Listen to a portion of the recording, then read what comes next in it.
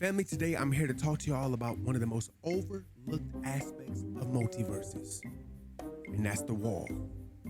The wall in fighting games can be your best friend, and when used correctly, the wall gives advantages to the aggressor in almost every fighting game. Center stage or center screen, setups and pressure vary based on your character. Some exceeding at the long range game, being able to force you to chase after them and hit them with a projectile. This would be like the Mortys, the Ricks, the Tom and Jerrys. Those characters that excel at keeping you away, playing the far game. It's annoying fighting them because they have setups and a different type of pressure that a character up close, the ones that are more like juggernaut characters that are super fast, like the Supermans, the Batmans, the Finns. These are characters that thrive at close range. The two sides of the spectrum can always be a challenge, but in one area in fighting games that neutralizes everything is the wall. Against the wall, almost every character thrives here. Setups and pressure become easier to perform. Mind games reach an all-time high. With no room to run, your opponent has to eat everything you throw at them until they break free out that corner. In Multiversus, the wall or corner is just as powerful. The lack of spacing limits retaliation options, making your opponent extremely predictable. And this leads to punishment, punishment leads to combos, combos lead to damage, and there is no greater damage in fighting games than wall damage. Multiversus is a very different platform fighter. Having more of a Tekken 6 like bound system and launchers to extend combos. The indicator that lets you know you got a bound is this blue spark. No matter what surface you touch, it can be a wall, it can be the ground, there's always this blue spark that goes off to let you know that you just bound your opponent. At center screen, most combos allow for one launcher and one ground bound to extend your combos. Before we had these infinite loops, which was kind of breaking the game, but now they're finding this medium to give you one launcher, one bound. Some characters can break that still, like Agent Smith, still kind of a problem. Some characters are easier to combo with than others and can get insane damage no matter where they are on the screen. But wall combos are the common area. Each character has a set of moves with horizontal knockback that grants them access to wall bound depending on your opponent's damage level. This lets you know how much knockback your opponent will receive to get your wall combos off. Let's imagine we are center screen or center stage, and we want a wall combo. Since damage percentage matters, let's place them in tiers so we can understand what's required.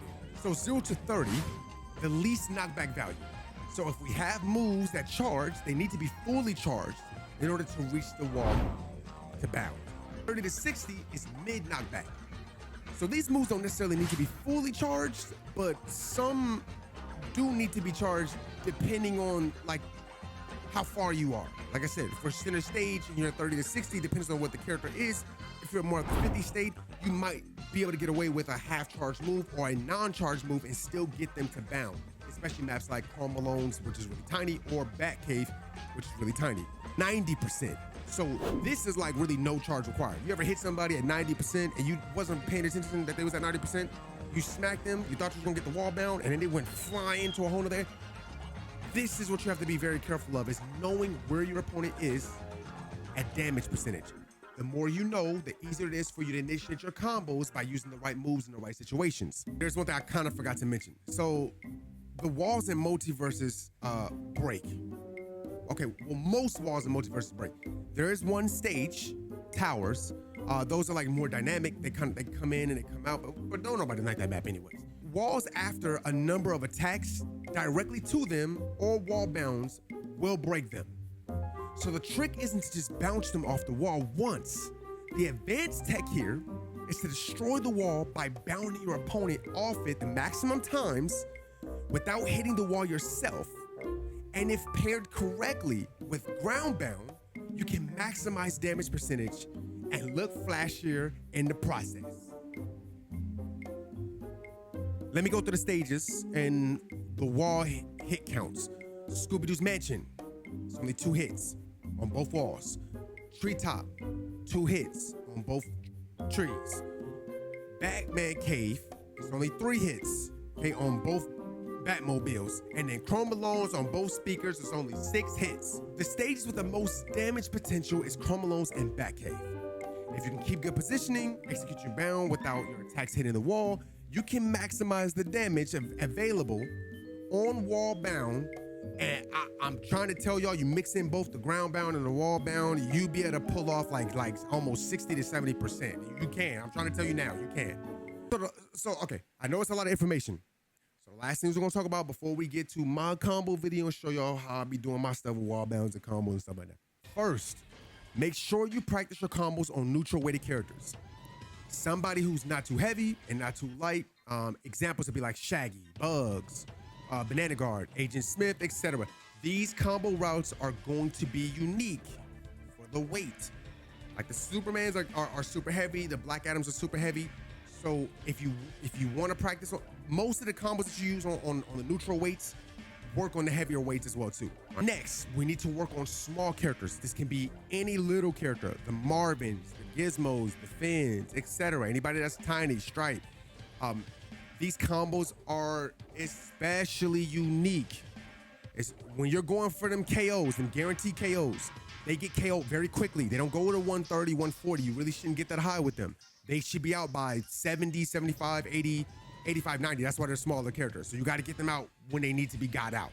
In this video, I'm going to be using Black Adam with 3 specific perks in mind. The first being too fast to dodge. This perk is specifically for dash attacking at armor characters like the Supermans, the Wonder Womans, the ones that like to abuse armor. This gives us guaranteed bound states, especially when we get to like the 60%, the 70 to 80%. We need to have combos for them. Okay. Next is going to be Speed Force Assist. This gives 5% to your movement speed. So when you get that 5%, it helps you in some of these combos, especially when you got a dash jump and you need a little bit more speed. This kind of helps you change in some of your combo routes that you wouldn't be able to get otherwise. And the final one is that's flammable, Doc. So I use this because Black Adam is a projectile character. He has these lightning bolts, and if you add these to the combos, you get a debuff, a fire debuff. And this debuff allows for you to get a little bit more damage at the end of your combo. So if you can perform a combo and do a projectile move and then get another melee hit, so you get a bounce, get a projectile move in, and then get another hit or another bounce, they're set on fire. So a combo from, let's say, 0 to 60, now instead of you getting 60, you might get 71, might get 72. So it's a good thing to know that if you do have a projectile character, that this move, adding in a projectile move to get a little bit more damage out of your combos. So now setting up the wall combo is pretty easy. I know that you're thinking to yourself like, Trey, how do I do that? The recovery is weird. You know, they come right back at you. Idle is weird because then they just stand there. So what we're gonna do is we're gonna put the bot into dodge away after a hit stun. You're gonna jab the bot once. Then once you jab the bot, you'll be able to walk forward, stop, and they're just gonna keep running, and they're gonna match wherever you are. They're gonna stop right there in front of you, and they're just gonna keep running in front of you. So it allows for you to work on these combos that we're talking about here. Now, that being said, we did a lot of talking. Make sure you drop a like, a comment, and subscribe if you like videos like these.